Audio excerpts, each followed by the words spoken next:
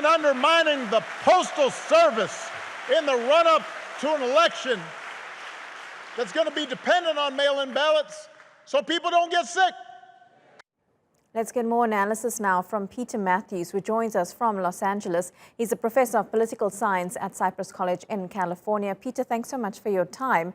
Now, just listening there to Barack Obama, is he correct? Is the current U.S. government trying to stop people from voting?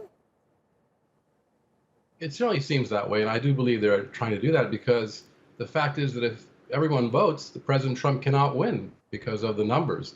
The numbers have grown in the direction of Democrats and Joe Biden, and Trump has tried to find any way he can to suppress the vote, and so is his party, but especially him when he talks about postponing the election, which has never been done in our history. Even during World War II, during the Civil War, during the Depression, we still voted. And by the way, mail-in voting is a very accurate way of voting because the states that use it, Washington State and Oregon, actually have a very high turnout, voter turnout, and there's no fraud. But Trump is raising this specter of fraud in order to ensure that he can call, if he loses the election, I should say when he loses, then he could say, well, you know what, there was a fraudulent election, I'm not going to accept it. He's preparing people, his own supporters, to see the possibility of him staying in office. And I hope he doesn't try to stay in office after the election is over and decided.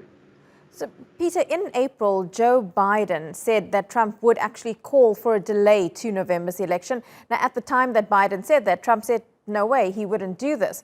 But we know, of course, Trump is a president who does seem prone to changing his narrative.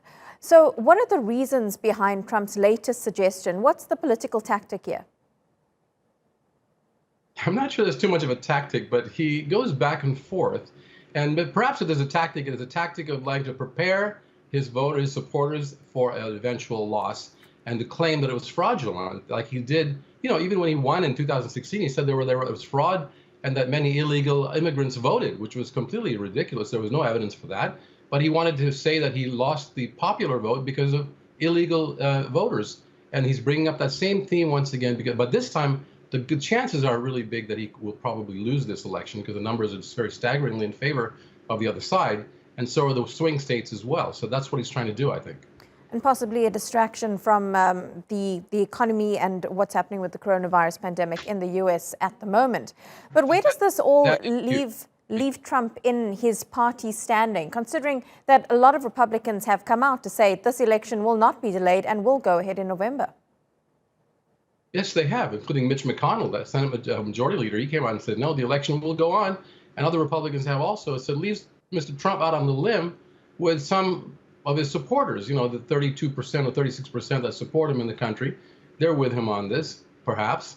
But most Republican leaders and other people in America are totally against delaying this election. There's no need for it.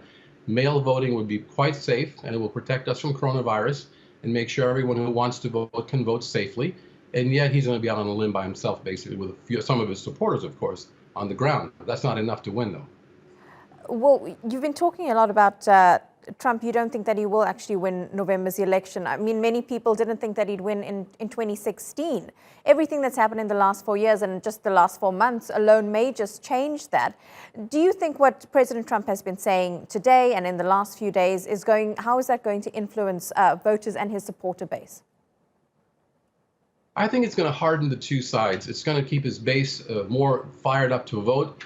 And it's going to get the other people who are against Trump to say this is a terrible situation. This president is not serious about running this country in a democratic way, and they have to vote against him. And so they're going to go out and vote or vote by mail against him. It's going to solidify the two sides, and there won't be too many people in the middle anymore after this particular stunt, because this has never been done. No other president has ever questioned whether or not he would leave office if the election was over. Even this time, Mr. Trump said, I cannot guarantee I'll accept the results. He said it back in 2016 also. And that is something that no other president has ever said in the history of this country, as far as we know. Not publicly, anyway. And he wouldn't want to call into question the legitimacy of the actual process. And that's what he's doing, actually, at this point.